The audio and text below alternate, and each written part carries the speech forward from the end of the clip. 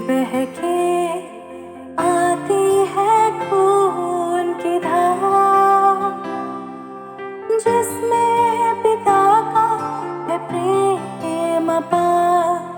बहती बहती मुझको वहाँ ले जा, प्रेम के सागर में। प्रेमी प्रभु मेरे यीशु, प्रेमी प्रभु मेरे यीशु, दिन प्रतिदिन तो मुझ में बढ़े, घटता रहूं प्रभु मैं।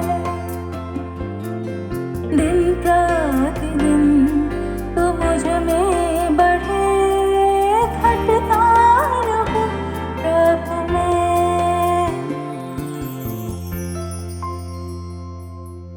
ढूंढा मुझे अनंत प्रेम से,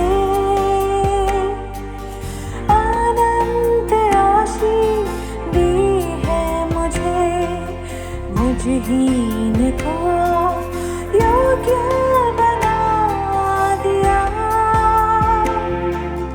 परम पिता के लिए।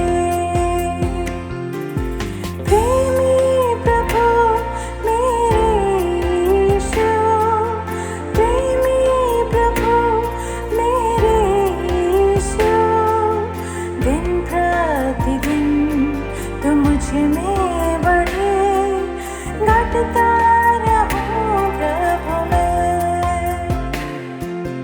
दिन प्रतिदिन तो मुझ में बढ़े, घटता रहूं प्रभु मैं।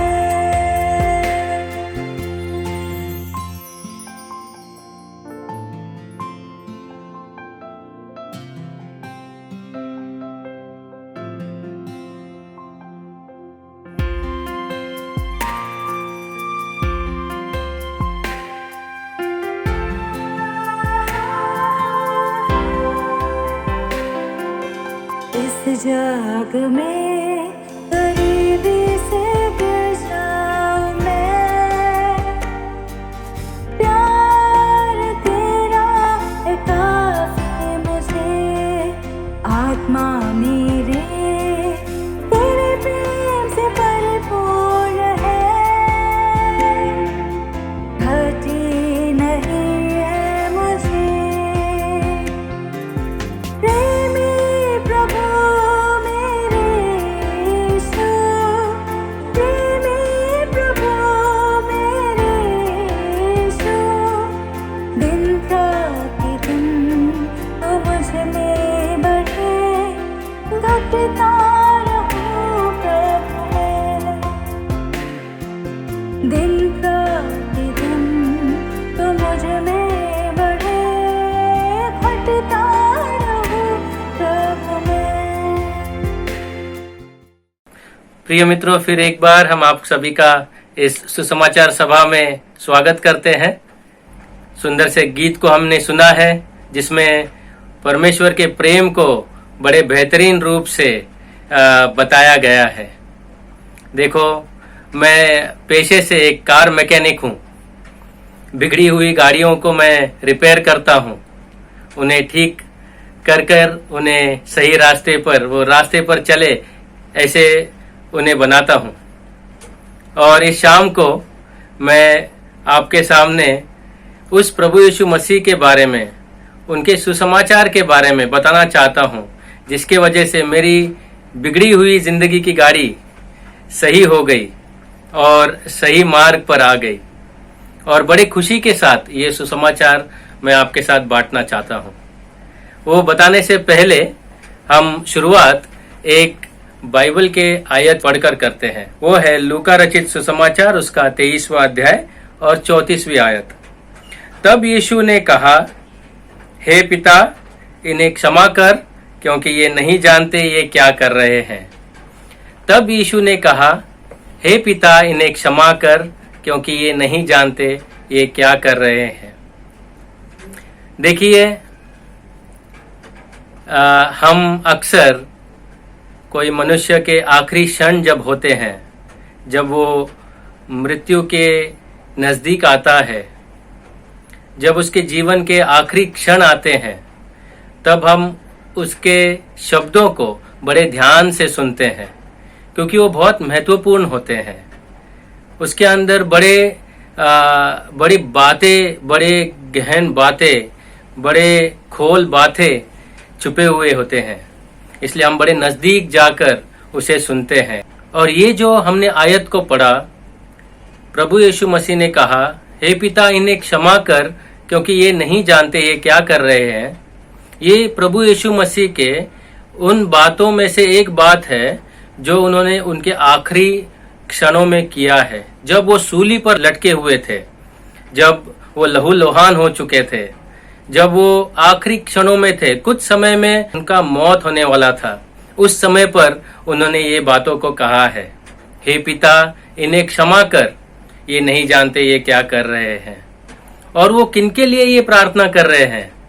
वो उन लोगों के लिए प्रार्थना कर रहे हैं जो लोग उन्हें सूली पर चढ़ा रहे हैं। वो उन लोगों के लिए प्रार्थना कर रहे हैं जिन्होंने उनके मुंह पर थूका।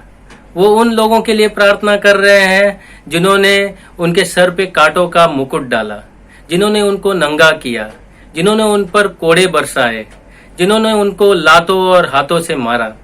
उन लोगों के लिए वो ये प्रार्थना कर रहे हैं। अक्सर हम ये देखते हैं कि मनुष्य जब मरता है तब वो दूसरों के लिए क्षमा नहीं मांगता, अपने खुद के लिए क्षमा मांगता है ना। हम हमारे पापों को याद करते हैं, हमने किसी को दुखाया है, हमने किसी को फंसाया है, हमने किसी माता पिता को या हमने हमारे रिश्तेदारों के साथ कुछ गलत किया है, तो हम रोते हैं, हम अपने आप के लिए क्षमा मांगते हैं, है ना। हम अपने पापों को याद करते हैं और अपने आप के लिए क्षमा मांगते हैं। लेकिन हमारे प्रभु यीशु मसीह ने ऐसा नहीं किया। हमारे प्रभु यीशु मसीह खुद के लिए क्षमा नहीं मांग रहे हैं, वो उन लोगों के लिए मांग रहे हैं जो प्रभु यीशु मसीह के साथ ऐसा व्यवहार किए। प्रभु यीशु मसीह को अपने खुद के लिए क्षमा मांगने की जरूरत नहीं थी, क्योंकि वो निष्पाप थे। उनका जीवन बड़ा पवित्र था। उन्होंने कभी जीवन में, अपने शब्दों में, अपने विचार में, अपने कृति में कभी पाप किया नहीं। उन्होंने बड़े समुदाय के सामने कहा, आप में से कौन मुझ में पाप दिखा सकता है। बड़े हियाव के साथ, बड़े कॉन्फिडेंस के साथ वो इस सवाल को पूछ सकते थे। हम पवित्र शास्त्र बाइबल में पढ़ते हैं कि उन्होंने कभी पाप किया नहीं, उनमें कुछ पाप कभी था नहीं, उन्होंने कभी पाप को जाना नहीं। ऐसे एक पवित्र व्यक्ति हमारे प्रभु यीशु मसीह थे। लेकिन फिर वो सूली पर कर क्या रहे हैं? वहां पर उनकी हालात ऐसे क्यों हुई और वो क्षमा की बात क्यों कर रहे हैं? देखो प्रिय मित्रों, ये क्षमा की जरूरत हम सभी को है।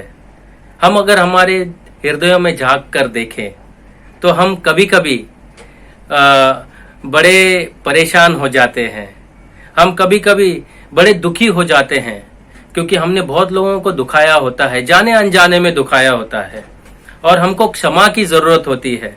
हम चाहते हैं कि हमें क्षमा मिले, और जब हमें क्षमा मिलता है तो बहुत आनंद होता है ना। क्षमा का अनुभव बड़ा ही अनोखा होता है, बड़ा ही आनंददायक होता है। क्षमा हम सभी को चाहिए, है ना। मेरा एक दोस्त था, बड़ा अच्छा दोस्त था। उसका थोड़ा क्रिमिनल बैकग्राउंड जरूर था, लेकिन वो सुधर चुका था। तो उसने मुझे बताया कि वहां पर जब वो जेल में था तब उसने बड़े बड़े गुंडों को देखा, बड़े बड़े लोगों को देखा जिन्होंने बड़े बड़े क्राइम किए हुए हैं, और उनका अक्सर न्यूज़पेपर में, टीवी पर नाम आया करता था।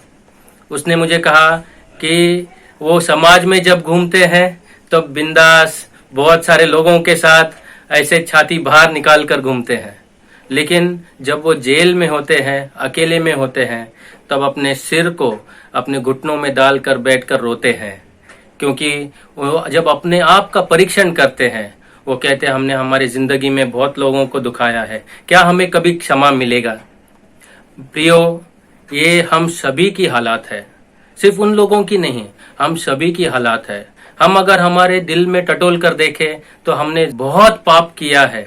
हमने सिर्फ लोगों को नहीं दुखाया है, पवित्र शास्त्र बाइबल कहता है हमने उस परमेश्वर के खिलाफ हमने काम किया है, हमने उस परमेश्वर के दिल को दुखाया है, और इसीलिए हमें पापों की क्षमा की जरूरत और अधिक है। पापों की क्षमा की जरूरत हमें क्यों है? क्योंकि बाइबल कहता है हर मनुष्य ने पाप किया है, हर मनुष्य ने पाप किया है, कुछ लोगों ने नहीं, सभी ने पाप किया है और परमेश्वर की महिमा से रहित हो चुके हैं। सभी ने पाप किया है। और बाइबल कहता है कि पापों की मजदूरी तो मृत्यु है। हमने मृत्यु को कमाया है, पाप करने के द्वारा हमने मृत्यु को कमाया है। हम हमारे विचारों से ही नहीं, हमारे शब्दों से ही नहीं, हमारे कृति से ही नहीं मित्रों, हम हमारे पाप के स्वभाव के साथ ही जन्मे हैं। मैं जब अपने 2 छोटे बच्चों को देखता हूँ मित्रों, बहुत कठिनाई होती है उन्हें अच्छी बातें सिखाने के लिए। हाँ, उनको लोगों को रिस्पेक्ट करना, लोगों का आदर करना, माता पिता की बात को मानना और झगड़ा नहीं करना, एक दूसरे के साथ चीजों को बांटना, ये बहुत कठिनाई से सिखाना पड़ता है। लेकिन फिर भी नहीं मानते हैं। ये उनके अंदर क्यों है? क्योंकि उन्होंने मेरा स्वभाव लेकर जन्मा है। मेरा पाप का स्वभाव उनके अंदर आ चुका है और वो स्वभाव की वजह से वो अपने कृति में पाप करते हैं। हम जो पाप करते हैं वो हमारे अंदर स्वभाव होने की वजह से हम करते हैं। पाप करने की वजह से हम पापी नहीं होते हैं मित्रों, हम पापी है इसीलिए हम पाप को करते हैं। और पवित्र शास्त्र बाइबल कहता है कि हम परमेश्वर के खिलाफ पाप किए हैं और परमेश्वर से दूर हो चुके हैं। हमने अपना अपना मार्ग ओढ़ लिया है। हम परमेश्वर को पीठ दिखाकर अपने मार्गों में जा रहे हैं और उसके वजह से हमें मृत्यु मिली। और मृत्यु सिर्फ शारीरिक मृत्यु नहीं, परमेश्वर से अनंत काल के लिए अलगाव की मृत्यु। ये दुनिया से जब हम निकल जाएंगे तब हम परमेश्वर से अनंत काल के लिए अलग हो जाएंगे। उस प्रकार की मृत्यु, एक ऐसी जगह जहां पर पीड़न है, ताड़ना है और आग और गंधक है, ऐसे जगह पर हम जाएंगे, ऐसा बाइबल कहता है। क्या परमेश्वर इतना निर्दयी है कि आपको और मुझे नरक में डालना चाहता है? तुम सब पापी लोग नरक में जाओ, मुझे नहीं चाहिए। क्या परमेश्वर ऐसा है? बाइबल का परमेश्वर ऐसा नहीं है। बाइबल का परमेश्वर जरूर न्यायी परमेश्वर है, वो पाप का जरूर न्याय करेगा, लेकिन वो साथ ही साथ प्रेमी परमेश्वर है। ये परमेश्वर के गुण है। न्यायी होना और प्रेमी होना ये परमेश्वर के गुण है और ये परमेश्वर में होना जरूरी है। अगर ये नहीं है तो वो परमेश्वर नहीं है। वो पाप से घृणा करता है लेकिन पापी से प्रेम करता है। और यही बात हमारे प्रभु यीशु मसीह ने अपने जीवन में दिखाया। उसने कहा, मैं आया हूं ताकि आपको क्षमा मिले, मैं आया हूं ताकि आपको जीवन मिले और बहुतायत का जीवन मिले, मैं आया हूं ताकि आपको अनंत काल का जीवन मिले। वो पापियों को नाश करने नहीं, लेकिन पापियों का उद्धार करने के लिए आया। और वही उस क्रूस पर उसके आखिरी क्षणों में वो कर रहा है। प्रिय मित्रों, जो पाप के वजह से हमने दंड को पाया था, जो अनंत काल का परमेश्वर से अलगाव का जो हमने दंड को पाया था, वो प्रभु यीशु मसीह ने आपके लिए और मेरे लिए उस क्रूस के ऊपर सह लिया। हाँ मित्रों, उस क्रूस के ऊपर वो उसके खुद के गुनाहों के लिए नहीं है, उस क्रूस के ऊपर, उस सलीब के ऊपर वो आपके और मेरे गुनाहों के लिए है। वो वहां पर लटक रहा है क्योंकि मैं पापी हूं। मेरे पापों को उसने अपने ऊपर ले लिया और उसने उस क्रूस के ऊपर अपने लहू को बहाया और अपना प्राण को अर्पण कर दिया और परमेश्वर के उस न्याय के उस दंड को उसने सहन कर लिया। उसने सारा कर्जा तुम्हारा और मेरा उस क्रूस के ऊपर चुका दिया है। प्रिय मित्रों, एक किस्सा याद आता है। अफ्रीका के जंगलों में एक कबीला हुआ करता था और उस कबीले में बहुत ही एक परेशानी की बात हो रही थी। वहाँ पर आपस में झगड़ा हो रहा था, वहाँ पर अशांति मची हुई थी, लोगों के बीच में बड़ा तनाव था और घरों में बड़ा तनाव था और बहुत परेशानी हो चुकी थी। तो कबीले के सरदार ने एक दिन कहा, चलो आओ सब लोग मिलते हैं और बैठकर इसका कारण को ढूंढते हैं। और सभी लोग आकर मिले और उन्होंने उसके नींव में, उस परेशानी के नींव में जाने की कोशिश की। और उन्होंने जब इस बात के ऊपर ध्यान से देखा तब उनको पता चला कि दारू जो है, अल्कोहल, दारू जो है वो इस बात की सच्ची परेशानी है। दारू पी के लोगों ने अपने जिंदगी खराब कर लिए थे, रिश्ते खराब कर लिए थे, आपस में झगड़े हो रहे थे, अशांति मची हुई थी। और उन्होंने कहा इस दारू के वजह से हमारे कबीले में बड़ी परेशानी हो रही है। तो आओ आज एक हम सिद्धांत को बनाएंगे। कबीले के सरदार ने कहा कि मैं एक नियम जारी करता हूं।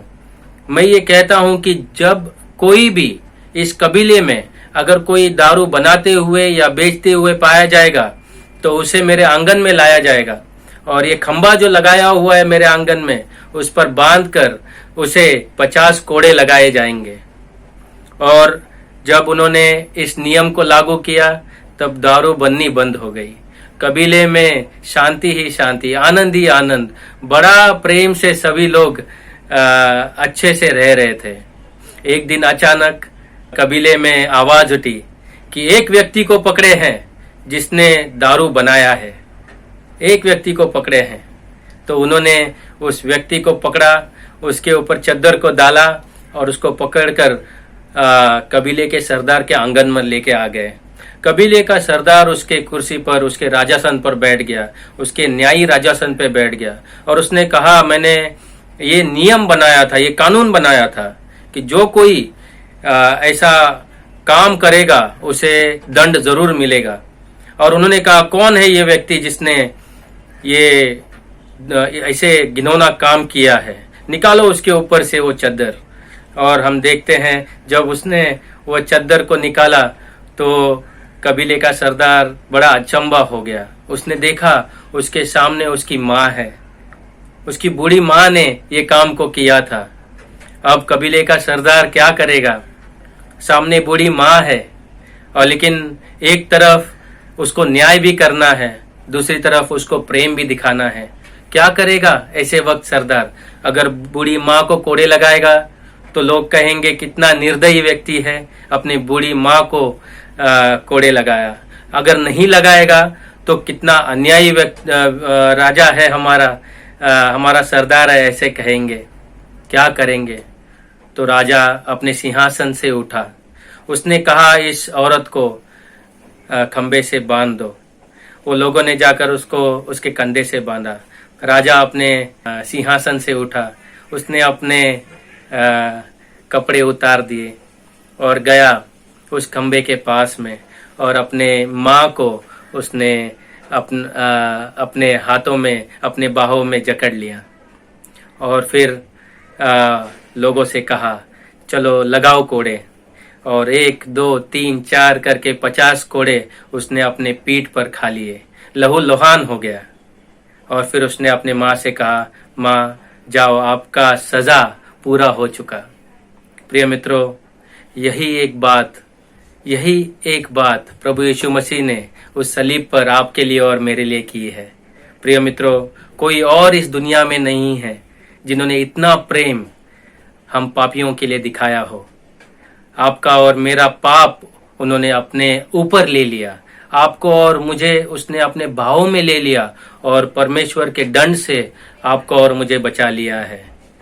क्रूस के ऊपर, सलीब के ऊपर उन्होंने अपने प्राण को दे दिया आपके और मेरे पापों के लिए।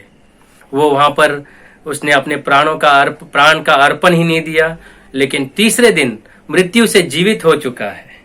तीसरे दिन मृत्यु से जी उठा क्योंकि उसने पाप को हरा दिया था। उसके अंदर वो सामर्थ था। प्रभु यीशु मसीह ने कहा था मुझ में वो सामर्थ है कि मैं मेरे प्राण को दूं और मेरे प्राण को वापस ले लूं। तीसरे दिन जी उठा और वो जीवित परमेश्वर है, वो जीवित परमेश्वर है। वो आपकी और मेरे जिंदगी को अच्छी तरह जानता है। वो एक तरफ संपूर्ण मनुष्य है और एक तरफ संपूर्ण परमेश्वर है। वो आपके और मेरी बातों को जानता है, आपके और मेरे प्रश्नों का उत्तर वही है। बाइबल में हम ऐसे पढ़ते हैं, आकाश के नीचे और मनुष्यों के बीच में कोई दूसरा नाम नहीं दिया गया है ताकि मनुष्य का उद्धार हो। प्रिय मित्रों, ये बेहतरीन सुसमाचार, ये प्यारा सुसमाचार हमारे सिर्फ प्रभु यीशु मसीह का ही सुसमाचार सारे मनुष्य के लिए उद्धार का कारण है। उद्धार, आपका और मेरा उद्धार हो सकता है। सिर्फ एक विश्वास से, एक सही ईमानदारी मन से, एक छोटी सी प्रार्थना के द्वारा ये उद्धार आपका और मेरा हो सकता है। प्रभु यीशु मसीह ने कहा, जो कोई मेरे पीछे हो लेगा वो कभी भी निराश नहीं होगा, कभी भी निराश नहीं होगा।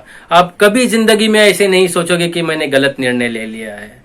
प्रिय मित्रों, मैं आपसे कहना चाहता हूँ, प्रभु यीशु मसीह ने कहा, मार्ग, सत्य और जीवन मैं ही हूँ, बिना मेरे द्वारा परमेश्वर के पास कोई नहीं आ सकता। पुनरुत्थान और जीवन मैं हूँ, जो मुझ पर विश्वास करता है भले वो मर भी जाए तो भी वो जी उठेगा। हे पिता, इन्हें क्षमा कर, ये नहीं जानते ये क्या कर रहे हैं। सिर्फ प्रभु यीशु प्रेमी उद्धार करता है, आपसे और मुझसे बेहद प्रेम करता है, आपको और मुझे उद्धार देना चाहता है। क्या आप ये उद्धार को स्वीकार करना चाहते हैं? एक भेंट की नाई, एक गिफ्ट की नाई आपको आज ये उद्धार देना चाहता है। क्या आप इस उद्धार को ग्रहण नहीं करेंगे? प्रिय मित्रों, आपको बड़े बड़े काम नहीं करने हैं। एक सच्चे ईमानदारी हृदय से प्रभु का आप ये कह सकते हैं, हे प्रभु, मैं पापी हूँ, मैं इस बात को मानता हूँ, मैंने आपके खिलाफ पाप किया है और मुझे क्षमा की जरूरत है, मुझे उद्धार की जरूरत है और आप ही सच्चे उद्धार करता है। आपने मेरे लिए उस सलीब के ऊपर मौत को सहा है, आप मौत से जी उठे हैं, मैं ये पूरे दिल से विश्वास करता हूँ। आप मेरे दिल में आइए। प्रिय मित्रों, अगर आप ये प्रार्थना करेंगे तो जरूर प्रभु यीशु मसीह आपके हृदय में आएगा, आपको एक नया जीवन देगा, नया जीवन देगा, एक आनंद से भरा हुआ जीवन देगा। प्रियो, मैं आपको कैसे बताऊं, मेरा जीवन बदल चुका था। प्रभु यीशु मसीह ने बहुत सारे लोगों का जीवन बदला है और आप भी उन लोगों में से एक हो सकते हैं। आप भी प्रभु यीशु मसीह के गवाह बन सकते हैं। ये एक अनुभव का जीवन है मेरे दोस्तों। आप प्रभु यीशु मसीह पर भरोसा कीजिए। आपने इतना समय दिया, आपने हमारी बातों को सुना, इसलिए हम आपको फिर से एक बार धन्यवाद देते हैं। आप हमारे साथ जुड़ते रहिए और परमेश्वर के आशीष का अनुभव करते रहिए। बहुत बहुत धन्यवाद। अगर आप अधिक जानना चाहते हैं या प्रार्थना के लिए अपना बोझ बांटना चाहते हैं तो दिए गए फोन नंबर एवं ईमेल आईडी पर संपर्क करें।